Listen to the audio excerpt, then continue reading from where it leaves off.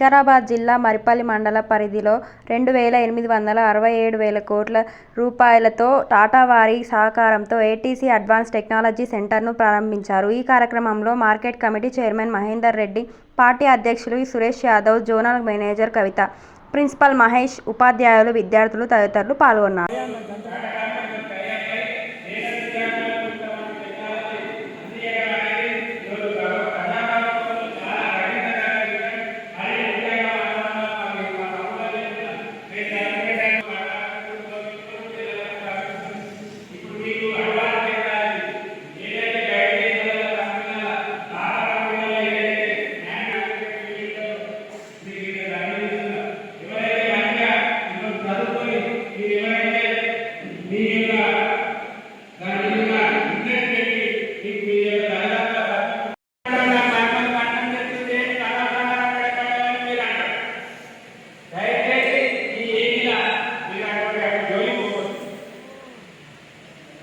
మీకు ప్రత్యేక